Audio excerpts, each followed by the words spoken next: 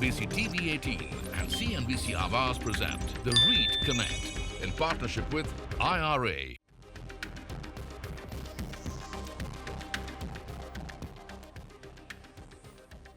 Hello and welcome और एक बार फिर से आपका बहुत बहुत स्वागत है द रीट कनेक्ट में। हमारी खास पेशकश आपके साथ मैं हूं विपिन भट्ट। तो आज बातचीत को थोड़ा और आगे बढ़ाएंगे, रीट को जाना समझा, अब तो ये भी देख लिया कि आपके पोर्टफोलियो में रीट का कितना वजन होना चाहिए। लेकिन एक बार पोर्टफोलियो में आ गया रीट्स तो उसके बाद क्या, थोड़ा उसके बारे में समझ होनी चाहिए, कैसे एनालाइज करेंगे, कैसे फॉरवर्ड लुकिंग बनेंगे रीट्स को लेके, क्योंकि आप अपने बाकी इन्वेस्टमेंट के साथ भी तो यही करते हैं, तो फिर रीट्स के साथ ये क्यों ना हो। और चूंकि एक कंपैरेटिवली नया एसेट क्लास है, इसलिए इसको अच्छी तरह से समझना, अच्छी तरह से जानना और ज़रूरी। तो थोड़ा आज और अंदर जाएंगे, पेनिट्रेट करेंगे, डीप इंसाइट लेने की कोशिश करेंगे कि रीट्स को देखने, जानने और समझने के लिए आपको क्या क्या आना चाहिए। वो टर्मिनोलॉजी हो जाए, चाहे उसकी एक ब्रॉड अंडरस्टैंडिंग हो जाए, कुछ टेक्निकल एनालिसिस आप खुद कर पाएँ, इस तरह की बातें, तो ये सब कुछ करेंगे। और आज एक बार फिर हमारे साथ हैं दो खास मेहमान, ब्रुकफील्ड इंडिया रीट के एमडी और सीईओ आलोक अग्रवाल साहब हमारे साथ हैं, और साथ ही कार्यक्रम में जुड़ रहे हैं सोमी थॉमस साहब जो कि एमडी हैं कुशमन वेकफील्ड कैपिटल मार्केट्स के। तो बहुत बहुत स्वागत है। आपका पोर्टफोलियो और बड़ा है, लेकिन उतना लंबा मैं नाम लूँगा तो यहाँ काफ़ी समय चला जाएगा, लेकिन हाँ, इतना आपके लिए काफ़ी है। सो बोथ टू जेंटलमैन्स, बड़े नाम रियल एस्टेट के अंदर, दोनों का बहुत बहुत स्वागत है। आलोक सर, एक बार फिर मैं आपसे शुरुआत करता हूँ। तो पिछले एपिसोड्स में हमने बात की रीट्स क्या है, पोर्टफोलियो में क्यों इंपॉर्टेंट है। अब आ गया पोर्टफोलियो के अंदर, अगर मुझे समझना है, देखना है, जानना है, तो मैं क्या देखूं मार्केट के अंदर। क्योंकि देखिए, एक बार रेजिडेंशियल रियल एस्टेट मार्केट की नज़र आपके नज़र में रहता है, कमर्शियल आपको उतना समझ में आता नहीं है, कॉमन इन्वेस्टर को क्या हो रहा है, क्या नहीं हो रहा है, कौन सी डील्स हो रही, कैसे ट्रैक करेंगे। सी आई थिंक रीट्स में थोड़ा एडवांटेज क्या है, लगता कॉम्प्लिकेटेड है, इवन जो ट्रैकिंग लगेगी कॉम्प्लिकेटेड, लेकिन मैं समझाऊंगा थोड़ी आसान है। कि आप देखिए, आपने रीट में आप मान लीजिए इन्वेस्ट कर दिया आपने, तो आपको एक ट्रैक करना है कि उसकी ऑक्यूपेंसी मतलब कितना परसेंट ऑक्यूपाइड है, एक वो इंपॉर्टेंट है। 85% 90% ऑक्यूपाइड हैं आजकल रीट्स, आज ये ऑक्यूपेंसी बढ़ रही है, तो as long as occupancy is improving, तो एक अच्छा साइन है कि भाई रीट्स की ऑक्यूपेंसी बढ़ रही है। रीट की ऑक्यूपेंसी बढ़ रही है जिसका मतलब ज़्यादा इनकम होगी, तो डिस्ट्रीब्यूशन ज़्यादा होगी, आपका डिविडेंड भी बढ़ेगा और फिर प्राइस भी बढ़ेगा। तो एक ऑक्यूपेंसी ट्रैक कर सकते हैं। दूसरी चीज़ आप ट्रैक कर लीजिए, भाई कमर्शियल साइकिल अच्छी चल रही है आज की डेट में, तो रेंटल्स बढ़ रहे हैं, तो वो आप ट्रैक कर लीजिए कि भाई एवरेज रेंटल लास्ट ईयर क्या था, इस ईयर क्या है, उसका अगले साल क्या उम्मीद है, तो एक वो अच्छा ट्रैक का पैरामीटर हो गया। थर्ड थिंग है कि भाई आपके टेनेंट्स किस टाइप के हैं। लकीली जो रीट्स में टेनेंट्स हैं, ये लार्ज मल्टीनेशनल हैं, इंडियन मल्टीनेशनल हैं, सब अच्छे टेनेंट्स हैं। फिर आप ट्रैक कर लीजिए कि भाई कैसे टेनेंट्स हैं, ग्लोबल टेनेंट्स हैं, इंडियन टेनेंट्स हैं, उनके कैश फ्लोज कैसे हैं, तो वो थोड़ा छोटा ट्रैक कर लीजिए, बहुत ज़्यादा करने की जरूरत नहीं है। देख लीजिए अच्छी कंपनियां, नाम है, सॉलिड है, रेंट दे देंगी और देती रही है, कोविड में भी दिया है, ऑफिस खाली थे लेकिन रेंट देती रही कंपनियां, तो वो एक ट्रैक कर लीजिए। फिर रियल एस्टेट देख लीजिए, कोई पेरिफेरी में तो नहीं है, कोई पेरिफेरी में तो नहीं है। अगर पेरिफेरी में एसेट है, खाली हो सकता है वो, उसमें वैकेंसी आ सकती है, तो डेट लेवल है, ये 5-6 पैरामीटर्स ट्रैक कर लीजिए, और डिस्ट्रीब्यूशन कितना कर रहा है, प्राइस कितना एप्रिसिएशन हो रहा है, ये ट्रैक कर लीजिए। बट मैं एक चीज़ बोलना चाहूँगा कि सेबी ने जो डिस्क्लोजर नॉर्म्स बनाए हैं, उससे बहुत चीज़ें एलिमिनेट हो जाती हैं, तो मतलब इसे आपको ट्रैक कर लीजिए।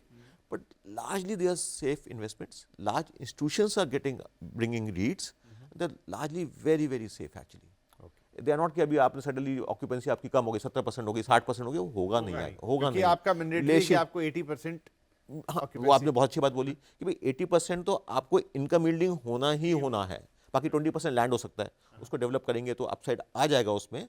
90% डिस्ट्रीब्यूट होना ही होना है, जो इनकम आएगी उसे ऐसा नहीं कि वालों ने रख लिया अपने पास और उसको अपने यूज़ के लिए जिस मर्जी से यूज़ कर लिया, तो पैरामीटर्स ट्रैक कर लीजिए। बट लार्जली 4 इंस्टीट्यूशंस हैं, सेबी ने बड़े चुनाव बनाए हैं, इंडिपेंडेंट डायरेक्टर्स हैं, लॉट ऑफ गवर्नेंस है, तो चीज़ें लार्जली हो जाती हैं मीट आई वुड से। हाँ, जैसे म्यूचुअल फंड में जब आप इन्वेस्ट करते हो तो आपको बहुत जाके देखना नहीं पड़ता। हाँ, वो आप एक भरोसे के साथ करते हो, वहाँ जो मैनेजर्स होते हैं वो आपके लिए जगलिंग करते रहते हैं और आपको रिटर्न देते रहते हैं। काम कर रहे हैं, इतने साल से एक्सपीरियंस है, अच्छा काम कर रहे हैं, उनकी इंटेंशन ठीक है, तो वो है, मुझे लगता है लगभग उसी तरह की चीज़ है, उसी तरह की चीज़ है। सेबी का भरोसा यहाँ भी आता है। तो सोमी सर, अब जो सर ने छोटे मोटे पैरामीटर्स हमको बताए, कहाँ जाके मैं ट्रैक करूँ, कैसे, कहाँ मिलेंगे मुझे, क्योंकि मेरे लिए तो ये सारी चीज़ें बहुत नई है as a general investor. Thank you. मैं ऐड करना चाहता हूँ, ये आलोक सर ने जो बोला उसके साथ ये भी इम्पोर्टेंट है कि मार्केट सप्लाई, जो रीट जो मार्केट में है उसमें डिमांड सप्लाई का डायनामिक्स कैसे है. अभी 80% ऑक्यूपेंसी है, अभी ज़्यादा सप्लाई आ रहा है तो मुश्किल हो जाएगा, बट सप्लाई नहीं आएगा शायद, तो वो एक मार्केट रिपोर्ट में मिल जाता है. There are 3 components that any investor can track. Right. One is REIT ka presentations gives a lot of information. Lot of information, what are the kind of tenants, what is the in-place rental, what is the mark-to-market rental possibility, what is the supply situation that market. They always attach a market research reports. And there are so many service providers, Cushman and Wakefield is one of them. We all publish market outlook in our websites. Okay. So it's publicly available and general newspapers also talks about it. For example, the first quarter is over, the last quarter of the financial year, first quarter of the calendar year. We publish what has happened in the market in terms of the supply, absorption, therefore vacancy levels, all that is really tracked. So that gives an outlook which is also forward looking. It's not just what happened. It also talks about the demand outlook. So what happened during the COVID, for example, there has been demand being lower. Right. The supply stayed steady came in, but that increased the vacancy. Now when you start looking at a 5-year track record, the vacancy started declining. It went up in COVID years, 2020 and 2021, and then it started declining. So these things are available more or less in the public domain. Ab general Google search में भी मिल जाते हैं ये सब. Nothing complicated. And all the research reports, all the investor relations and the presentations that is available on the website of all the REITs really talks about market as well. And it's very transparent. There is a lot of data that's available for any investor to analyze and take an informed opinion. Right. ठीक है, तो easily available है, जाके देख सकते हैं, समझ सकते हैं. सर, कोविड का बार बार जिक्र आता है, पर मुझे लगता है बहुत ही सुपर एक्सेप्शनल घटना है, जो once in a century, once in a millennial type की घटना है, तो बार बार इसको घटना है नहीं. लेकिन इंडिया अदरवाइज देखें जिस जगह पे खड़ा है, हम बात कर रहे हैं 47 तक डेवलप्ड कंट्री हो जाएंगे, $5 ट्रिलियन से प्लस की इकोनॉमी होगी. ये सब चीज़ें में कमर्शियल रियल एस्टेट तो नो डाउट ग्रो करना ही करना है. क्या यहाँ से रीट्स हमें बहुत सुनहरा भविष्य दिखाता है? मतलब आज अगर आप पकड़ते हैं तो आगे चल के आपकी ये इन्वेस्टमेंट आपको बहुत फायदा देगी उस पर्सपेक्टिव से. नहीं, आपने बिल्कुल ठीक कहा. कोविड की हम बात कर रहे हैं, लेकिन कोविड तो वंस इन लाइफ टाइम है. आई थिंक उसको हम उसमें भी आई थिंक उसमें भी सब अच्छा रेंट्स आते ही परफॉर्म रहे. करके. हाँ, रेंट्स आते ही रहे उसमें. किसी टेनेंट ने थोड़ी नहीं बात में, लेकिन सबने रेंट दिया 99%. तो कोविड की बात है. कमर्शियल रियल एस्टेट अच्छा कर ही रहा है. हमने पहले जिक्र किया कमर्शियल एस्टेट की. अगर मैं बात करूँ, Indian economy is growing, GCCs आ रहे हैं, ग्लोबल कैपिटल सेंटर्स आ रहे हैं. India today has almost 50% global outsourcing market is in India. Today किसी कंपनी के पास ग्लोबली कोई ऑप्शन नहीं है, बट इंडिया में उनको आना पड़ेगा. Not only because of cost advantage, लेकिन जो टैलेंट है, आपको 5 लोग 10 लोग हायर करने हैं यूएसए में कर सकते हैं, आपको 200 लोग हायर करने हैं 6 महीने में, आप नहीं कर सकते. तो इंडिया में आना ही पड़ेगा. लोग आएंगे तो कमर्शियल स्पेस लेनी ही पड़ेगी. And they want good commercial space which is manage well. They work 24/7, safety, security, compliance, सब कुछ ही उनको अच्छा चाहिए. और उसमें जो रीट्स हैं, they are on the top of the curve. उनके जो कमर्शियल रियल एस्टेट है, they very well manage, very well on the ESG norms, very well on the tech norms. So आज आप एंटर करिए, थोड़े टाइम बाद enter करिए. मैं कहता हूँ पोर्टफोलियो बिल्ड कीजिए स्लोली, और इसको ग्रो करिए. And it's a good time to enter. I would say it's a good time to enter. क्योंकि अल्टीमेटली क्या है, देखिए, ग्रोथ 5-6% होनी है या 7% हो सकती है, वो तो होती रहेगी. 7% तो आपका 6.5-7% तो आपका साल के साल में आ ही रहा है. राइट. तो वो है आइसिंग ऑन द केक. एक सवाल मेरे मन में आ गया एकदम चलते चलते, मैंने लिखा नहीं था अपने सवालों की लिस्ट में, स्वामी साहब, कि जैसे सर बता रहे हैं कि जब एक फॉरेन कंपनी इंडिया में आ रही है और बढ़िया जगह देख रही है, अब 2 तरह की चीज़ें हैं. एक रियल एस्टेट उसको वो मिल रहा है जो रीटेड है या जिसमें रीट्स क्रिएटेड है या रीट के अंदर का, और एक आउट ऑफ रीट है. क्या वो लोग भी देखते हैं, टीनेंट्स भी ये चीज़ देखते हैं कि मुझे कहाँ लेना है, मुझे एक रीट वाली प्रॉपर्टी में लेना है या फिर मैं दूसरी जगह जाऊँगा, या ये क्राइटेरिया नहीं होता? ये मैं ऐसा नहीं बोलूँगा रीट वाली प्रॉपर्टी या नॉन रीट वाली प्रॉपर्टी. मार्केट में there is a definition grade A. Grade A में आलोक ने जो बोला, some of the components are very very critical. For example ESG, safety, these are better managed in a REIT. That's a very clear given. हाँ, तो फिर कहीं ना कहीं उनके भी दिमाग में वो चीज़ आती होगी. Definitely, it's an important parameter. If you have a REIT property in that market, there is naturally a preference for the tenants to be in such a property. Right. But there could be other institutional grade quality properties which can also be considered. Right. But definitely it's not comparable to any other building which is not driven by an institutional asset class. See, corporate governance, and it's a very large word. But corporate governance के अंदर जो होता है, timely fair renewal. It's a very small issue. But is it mandatorily done? It's not because compliance has to be there. It's important for the asset managers to maintain it. Their tenants are asking. So the quality of the tenants also demand a lot more delivery of performance from the companies. So the amenities, it's a very important aspect of today's corporate real estate. Sitting in Bombay, we probably can't perceive the campuses that we have in Bangalore or Gurgaon, जो बनाया है हैदराबाद में.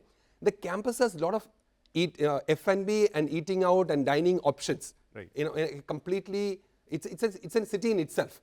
Probably not many may not have accommodation, but they will have good dining options within the campus itself. Safe, secure environment, which is more underlined by the institutional framework of a REIT. And that gives more comfort to the international tenants when they're coming looking for it. Because they want to attract the best talent. Today, India is not a low-cost destination. Any company is coming to India because the high quality of the talent that India has. Right. Whether it is in engineering, R&D. Let's talk about AI for a second.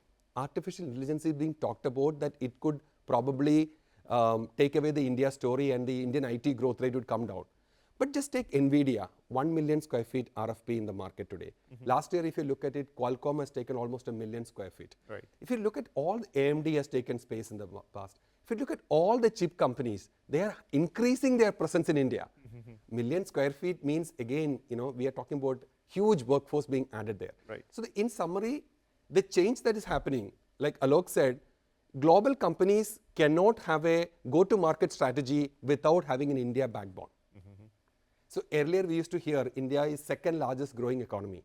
Today India is the largest growing economy for the last 5 years. Right. And this base is going to continue. So that gives a lot of comfort for the demand outlook for the commercial real estate. And that in turn will influence the performance of the REITs. Right तो आलोक जी अभी तो हम सिर्फ commercial real estate में तो 3 ही रीट हैं और सोमी साहब जो कहानी या पिक्चर हमें दिखा रहे हैं तो 3 की तो 30 हो जानी चाहिए जल्दी. बिल्कुल ठीक है, बिल्कुल ठीक है. 3 रीट हैं कमर्शियल में और एक है 4 रीट हैं तो 40 होनी चाहिए फटाफट. राइट. 40 फटाफट होनी चाहिए और ग्लोबली तो 1000 है. तो और इंडिया में जो अगर आप देखें जो टोटल कमर्शियल पोर्टफोलियो है अबाउट उसका 10 से 15%, सोमी वुड नो बेटर बट सोमी के डाटा बहुत परफेक्ट होता है, 15% शायद है रीट में. तो बाकी भी जो ग्रेड ए है जो वर्ड यूज़ किया उन्होंने बिल्कुल ठीक वर्ड यूज़ किया वो भी रीट में आना है और नया भी बनता जाएगा.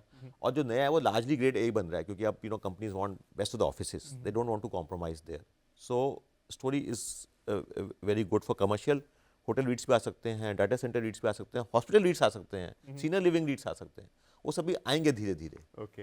हाँ मैं देख रहा हूँ वर्ल्ड वाइड तो कई तरह के रीट्स हैं. हमारे यहाँ अभी 2 ही कैटेगरी प्राइमरली काम कर रही हैं, उसमें से भी आपका 70% तो या 80% तो आपका कमर्शियल है, एक रिटेल का रीट है, लेकिन आगे 30-40 रीट की उम्मीद कर सकते हैं. बिल्कुल बिल्कुल बिल्कुल जितना काम हो रहा है और जिस तरह का पिक्चर है इंडिया के लिए टाइम लगेगा पर होंगे, डेफिनेटली होंगे, उसमें कोई डाउट ही नहीं है. और ये रीट्स भी साइज में बहुत बढ़ेंगे. हाँ इनका भी साइज बढ़ेगा, इनका साइज भी बढ़ेगा, डिफरेंट सेक्टर्स में आएंगे, नए रीट्स आएंगे. तो story is looking very good from that growth point of view also. So I'll just add numbers to the perspective. India is around 800 million square feet of office space. Right. Out of 800 million square feet, around 50 to 60% is REITable stock.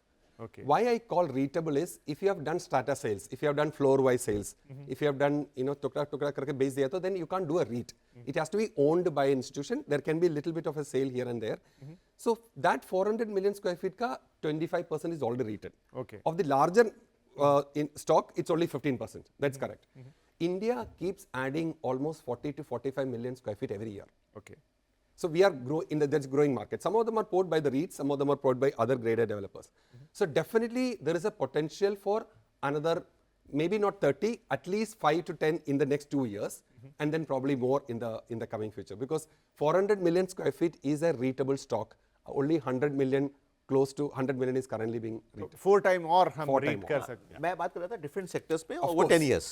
हाँ 2 साल में तो खैर नहीं. Right. तो बड़ा मजा आ रहा है. मुझे नहीं अंदाजा था कि इंडियन कमर्शियल रियल एस्टेट या रिटेल रियल एस्टेट की कहानी इतनी एक्साइटिंग है. अब जब पता लग रही है तो लग रहा है कितना कुछ हो रहा है, क्योंकि हम इन जनरल सिर्फ एक रेजिडेंशियल रियल एस्टेट को ही रियल एस्टेट मान लेते हैं, कमर्शियल को थोड़ा दूर दूर से देखते हैं, दुकान वगैरह को थोड़ा बहुत इंक्लूड कर लेते हैं, लेकिन रीट की कहानी मजेदार है और जो तस्वीर यहाँ से दिख रही है वो तो कमाल की है। तो चलिए रीट पे और इंटरेस्टिंग बातचीत यहाँ से आगे बढ़ाएंगे, ब्रेक लेते हैं छोटा सा। ब्रेक के बाद कुछ इंपॉर्टेंट टर्म्स जो आपको पता होना चाहिए वो आपको बताएंगे, अपने एक्सपर्ट से पूछेंगे। एंड फाइनली क्या कुछ और आप रीट्स के साथ कर सकते हैं, क्या इमेजिनेशन लेके चल सकते हैं कि ये आगे आपके पोर्टफोलियो को किस तरीके से चमका देगा। क्योंकि हमेशा हम एक बात कहते हैं अपने चैनल पे, जितना अर्ली एंट्री आप किसी भी एसेट क्लास में लेते हैं उसे जितनी जल्दी पहचानते हैं उतना फ़ायदा वो आपको आगे चलते हुए देती है। वो विजन आपके अंदर आना चाहिए। छोटा ब्रेक, बातचीत जारी है।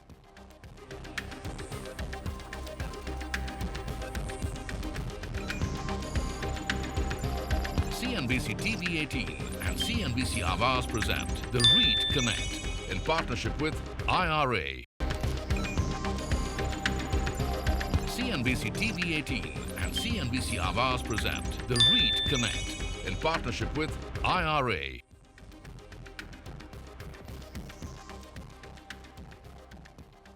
Welcome back. सीएनबीसी आवाज पर आप देख रहे हैं द रीट कनेक्ट। हमारा ये शो जारी है। आज हम एनालाइज कैसे करें, आप रीट ले तो लिया, आपके पोर्टफोलियो में आ गया, लेकिन वक्त वक्त पे उसको कैसे देखें, कैसे समझें, इस पर बातचीत हो रही है। और किसी भी चीज़ को अच्छी तरह से समझने के लिए उसकी भाषा का भी आना बेहद ज़रूरी है। तो सोमी और आलोक दोनों हमारे साथ बने। अब थोड़ी सी रीट्स की टर्मिनोलॉजी पे ज़रा बात हो जाए और फिर कुछ और इम्पॉर्टेंट सवाल जो हम उनसे पूछेंगे। तो चलिए आप लोगों का एक तरीके से क्विक फायर टेस्ट हो जाएगा, क्विक क्वेश्चन राउंड ले लेते हैं। कुछ टर्मिनोलॉजी है जो हमें लगा कि इंपॉर्टेंट है, लोगों को जानना चाहिए। फॉर एग्जांपल सबसे पहले आता है स्पॉन्सर। तो आलोक, स्पॉन्सर कौन है? हाँ, तो स्पॉन्सर इनका पोर्टफोलियो है, जो ओनर्स हैं उसके, मतलब रीट का जो मालिक है। हाँ, रीट का जो मालिक है एक तरह से। ऑफ कोर्स इसमें तो पब्लिक कंपनी है, बट अगर मान के चलें कि जो मालिक हैं रीट के, जिन्होंने एसेट्स डाले हैं, दे आर द स्पॉन्सर्स। हाँ, लेकिन ये ट्रस्ट से अलग है। हाँ, मतलब एक तो स्पॉन्सर हो गया, और जो रियल रीट जिसको कह रहे हैं जो ट्रस्ट है, रीट का ट्रस्ट बन गया हाँ, हाँ। है, उसमें स्पॉन्सर्स के एसेट्स डाल दिए और उसके बाद इन्वेस्टर्स आ गए। इन्वेस्टर आ गए। तो तीन चीजें हो गई, स्पॉन्सर हो गया, ट्रस्ट हो गया और इन्वेस्टर हो गया। रीट बीच में रखा है, एक तरफ स्पॉन्सर, एक तरफ इन्वेस्टर। क्लियर है, राइट। ऑक्यूपेंसी, हालांकि इन जनरल तो सबको पता है, लेकिन in terms of रीट्स occupancy, The occupancy is if there's 30 million square feet of the overall size of the portfolio, out of that, how much is income generating? 80% occupancy is the minimum that is mandated by the SEBI as per the norms. So 95% हो सकता है, 85% हो सकता है। जितना ज़्यादा occupied है उतना अच्छा है for the investors. So quarter on quarter, they disclose their occupancy. It is something that the investors can track. How much of the total space is occupied and income generating? ये important है, income generate कर रही है। ऐसा नहीं कि है और खाली पड़ी हुई है, वो नहीं होना चाहिए। ये ऑक्यूपेंसी है यहाँ पर। डिस्ट्रीब्यूशन यील्ड, आई थिंक ये बड़ा इंपॉर्टेंट क्राइटेरिया है कि डिस्ट्रीब्यूशन यील्ड कितनी है। मान लो यील्ड का प्राइस मान लीजिए 300 रुपया है और आप डिस्ट्रीब्यूशन साल में दे रहे हैं 22 रुपया, तो 22 डिवाइड बाई 300 और करीब 7%, आपकी 7.25% डिस्ट्रीब्यूशन यील्ड हो गई। और ये डिस्ट्रीब्यूशन यील्ड जैसे जैसे एस्केलेशन होता है रियल एस्टेट में, हर साल 5% एस्केलेशन होता है, तो ये बढ़नी चाहिए। ओके, तो ये नंबर जितना बड़ा होगा उतना बेहतर है। हाँ, परसेंटेज टर्म से, परसेंटेज जितना बड़ा होगा उतना आप अच्छा है। देखिए कि अगर पहले 3 था, अभी 5 हो गया, फिर 7 हो गया, मतलब ग्रो हो रहा है। 3-5 तो नहीं रहता है, हाँ, 6-7, मतलब हाँ 6-7, अगर ये 8-9 पे पहुंच जाए तो बहुत अच्छी बात है, बहुत अच्छी बात है। हाँ, सिर्फ तो फिर प्राइस बढ़ जाता है, लेकिन क्या होता है, फिर प्राइस बढ़ जाता है, ओके, तो फिर डिस्ट्रीब्यूशन उस हिसाब से एडजस्ट हो जाती है। राइट। हाँ, एक टर्म है sir well, WALE। Very important term है। It's called weighted average lease expiry. Okay, अभी आपका पोर्टफोलियो में जितने टेनेंट्स है उसका एवरेज लीज पीरियड कितने हैं? तो weighted average of lease expiry, अभी आपका 10 साल का लीज होता है नॉर्मली, 5+5 बोलते हैं, कभी कभी 10-15 भी हो सकते हैं, but normally it's a 10 year lease. उसमें how many tenants are with you for what period of time? Okay, अभी पूरा weighted average lease expiry could be 5-6 years, 7 years, 8 years. तब तक tenants are there with you locked in. Okay, So they will not, normally they will not go out of your park. There are मतलब आपकी building को vacant होने में कितना time बाकी है? हाँ, अभी जो एक्सिस्टिंग 90% जो ऑक्यूपेंसी जो बोला है, उसका लीज एक्सपायरी कितने हैं? सम will be 10 years, some could be 5 years, some could be 2 years. So उसका weighted average with the size and the term period मिला के वेटेड एवरेज लीज एक्सपायरी जितना अच्छा है उतना, जितना ज्यादा है उतना अच्छा है। But there is a caveat here. Okay. Now, if the market, if the rentals are going up, rental बहुत बढ़ रहे, तेजी से बढ़ रहे, तो आपका ज्यादा लॉक इन होता अच्छा नहीं है। तो अब बट सेफ्टी बढ़ेगा, आपका लॉक इन ज्यादा है तो सेफ्टी बढ़ेगा, बट आपका मार्केट अच्छा चल रहा है, आपका फायदा नहीं उठा पा रहे। हाँ, आपको मार्केट में जाके नया टेनेंट को लेने के लिए तो वो प्रॉब्लम है। तो एक बैलेंस होना चाहिए। एक it is wrong to say that it has to be higher the better. एक बैलेंस होना चाहिए। नहीं, अच्छा बताया ये आपने, बढ़िया है। नेट एसेट वैल्यू हम म्यूचुअल फंड के हिसाब से तो जानते हैं, यहाँ पर भी वही होता है? हाँ वही है I think net asset value की क्या है, अपने जो पोर्टफोलियो है उसकी नेट एसेट वैल्यू क्या है, आपकी total equity plus debt, debt minus किया उसमें से, सो दैट्स एक फॉर्मूला है प्रॉपर्टी की market value minus liability upon outstanding units. Yes that's it is net asset value of लगभग हम म्यूचुअल फंड में देखते हैं। यस, और जनरली क्या होता है जो मार्केट प्राइस होता है वो एनएवी के आसपास ही होता है एक्चुअली, और एनएवी बढ़ती रहती है हर 6 महीने में, तो हम रिपोर्ट देते ही हैं हर साल कि भाई आपकी एनएवी क्या है, एनएवी बढ़ती रहती है, उस हिसाब से यूनिट प्राइस भी बढ़नी चाहिए, एनएवी बढ़ेगी तो यूनिट प्राइस भी बढ़ेगा, तो that is how it is related. Okay, तो एक वो भी पैरामीटर कि एनएवी बढ़ रही है तो अच्छा है, और बढ़ती रहती है। राइट। एक टर्म है NDCF, net distributable cash flow. Net distributable cash flows is those cash flows that is available to be distributed to the unit holders. अच्छा, जो पैसा जो आलोक जी पैसा- को बांटना है। हाँ, यूनिट होल्डर्स को देना है, जो इन्वेस्ट किया है उनको जो डिविडेंड में देना है, that is the number, net distributable cash flows. जो इसलिए ये दिखाते हैं कि टोटल ग्रोस इनकम कितना है, उसमें से there are some mandatory expenses हो जाए, प्रॉपर्टी टैक्स हो गया, इंश्योरेंस हो गया, थोड़ा सा एक्सपेंसेस जो रिकवर करना है, रिकवर करने के बाद बाकी सब यूनिट होल्डर्स को डिस्ट्रीब्यूट करना है। Okay. That is called net distributable cash flows, NDCF, which is a very important parameter. One can look at it quarterly or half yearly, how the NDCF is growing. So that means that tenants, the income is growing for the REIT, and that is beneficial to the unit holders. Okay, great. एक है sir mark to market potential. So mark to market potential एक अच्छा parameter है कि आज आपने rent किया हुआ है मान लीजिए 100 रुपये पे, और मार्केट में रेट 130 है, तो मार्क टू मार्केट पोटेंशियल है 30%। ओके, हाँ, जैसी प्रॉपर्टी खाली होगी आप 130 के आसपास उसको रेंट कर सकते हैं, तो 30% मार्क टू मार्क पोटेंशियल है। तो जितना मार्क टू मार्क पोटेंशियल ज़्यादा होगा उतना ही अच्छा है, ओके, उतना ही अच्छा है इन्वेस्टर्स के लिए, उतना ही अच्छा है रीट के लिए, कि जब भी प्रॉपर्टी खाली होगी या रिन्यूअल के लिए आएगी, जरूरी नहीं है कि प्रॉपर्टी को खाली ही होना है। 10 साल बाद अगर प्रॉपर्टी रिन्यूअल के लिए आती है और टेनेंट समझता है कि यार मार्केट में 130 रुपये रेंट हो गया, मैं अब 130 में दे देता हूँ, यहाँ पे मैंने तो अपना कैपेक्स कर दिया है, फिट आउट तो मैं कर चुका हूँ, मुझे निकलना नहीं है, मैं 130 रुपये दे देता हूँ। ओके, तो वो भी एक बहुत अच्छा तरीका है। तो दैट जितना मार्क टू मार्केट ज़्यादा होगा उतना ही अच्छा है। So all the REITs, if you look at it, sir, all the REITs when they came for listing, for example, the first REIT when they came for listing, 68 rupees था उनका in place rental. Okay. तभी का market in place rental was 68 rupees. आज the largest REIT, Embassy REIT का आज का in place rent आ गया 88, Okay. 89. Okay. So 68 से 88 हो गया। पूरा portfolio का बढ़ गया. This is weighted average. Okay, Some things could be 120, some things could be 60. Average, it was 68, अभी 89 हो गया। तो ये मार्क टू मार्केट पोटेंशियल की वजह से हो रहा है। ये इनबिल्ट एस्केलेशंस होते ही है 5%, ये CGR में होता ही है every 3 years 15% or something. But apart from that, when a property goes out to the market or a renewal होते हैं, then they will do at market terms. That is why this rental keeps going up. Right. चलिए, तो ये कुछ important terms थे। मुझे लगता है अब जो हमें देख रहे हैं दर्शक वो खुद को थोड़ा एनालाइटेड महसूस करेंगे इन टर्म्स ऑफ रीट्स की। अब मुझे उसके बारे में काफ़ी पता है, क्योंकि ये वो सारी चीज़ें हैं जो रीट को एनालाइज करने में, और आपने बता भी दिया कौन सा फिगर ज़्यादा है तो अच्छा है, कौन सा फिगर कम है तो खराब है। एट लास्ट आलोक जी, एक लाइन में जवाब आपसे चाहूँगा, पिछले एपिसोड में बात रह गई कि रीट्स आपको अपने पोर्टफोलियो में लॉन्ग टर्म के लिए होल्ड करना बेहतर होता है या शॉर्ट टर्म जैसी भी इसमें कोई चीज़ होती है? नहीं, करने वो कर सकते हैं शॉर्ट टर्म के लिए, लेकिन रीट का पर्पस क्या है? रीट का पर्पस है कि मैं एक long term passive income build करना चाहता हूँ। मैं स्टूडेंट हूँ, मैं पढ़ रहा हूँ, मुझे थोड़ी सी इनकम आती रहे। मैं ऑफिस जाता हूँ, मुझे थोड़ा मतलब for whatever reason I need a income, it's like safety in life actually. मैं रिटायर हो गया तो मेरे को इनकम आती रहे, और ये इनकम लार्जली टैक्स फ्री है, 80-85% टैक्स फ्री है। तो अल्टीमेटली जितना लॉन्ग टर्म होगा उतना अच्छा होगा, और इनकम जनरेट होती रहेगी और ग्रोथ भी होती रहेगी। तो लॉन्ग टर्म ही अच्छी है, शॉर्ट टर्म कर सकते हैं, but I think long term होना चाहिए। और आपने चलते चलते एक बात लगा दी, 85% तक टैक्स फ्री। अब ये सुन के बहुत सारे लोगों के कान खड़े होंगे, तो ये टैक्स का बड़ा इंपॉर्टेंट, बहुत इंपॉर्टेंट है। जो हाई टैक्स ब्रैकेट में हैं उनके लिए तो देखिए बहुत ही अच्छा है। राइट। तो चलिए, आज के लिए तो घड़ी कह रही है कि समय हमारा समाप्त हो गया। बात आ गई टैक्स की, तो अगले एपिसोड में टैक्स को खूब डिटेल में जाके चर्चा करेंगे, क्योंकि रीट्स की जब शुरुआत हुई थी इंडिया में, या बातचीत शुरू हुई थी कि रीट्स आना है, टैक्स को लेकर काफ़ी चीज़ें हो रही थी। ऐसा टैक्स होगा, वैसा टैक्स होगा, पहले टैक्स स्ट्रक्चर को स्मूथ करना चाहिए, नॉर्मलाइज करना चाहिए, तब इंडिया में रीट आए। अब आ चुका है, चल भी रहा है। आलोक जी बता रहे हैं काफ़ी टैक्स एफिशिएंट है, तो भाई उसकी एफिशिएंसी को भी समझना ज़रूरी है, लेकिन वो अगले एपिसोड में। लेकिन फिलहाल के लिए आज जो बातें हुई हैं, आप एक रीट को कैसे एनालाइज करें, कैसे समझें, और किस तरीके से एक विजन क्रिएट करें। आई थिंक वो सारी बातचीत आप दोनों ने हमें बहुत अच्छी तरह से और आसान शब्दों में समझाई। So thank you very much both of you gentleman, आपने वक्त निकाला और हमारे दर्शकों को भी इंडीड बहुत मज़ा आया होगा। वो टर्मिनोलॉजी आई थिंक आपने नोट भी कर ली होगी, वो काफ़ी काम आएगी आपको जब आप रीड को एनालाइज करेंगे, मज़ा भी आएगा। तो चलिए इस हफ्ते के लिए या इस एपिसोड के लिए इतना ही। अभी टेक्स्ट पे बातचीत होनी है, थोड़ा फ्यूचर भी देखेंगे रीड्स का, कुछ और इंटरेस्टिंग एपिसोड आने वाले हैं। Till then take care, bye bye.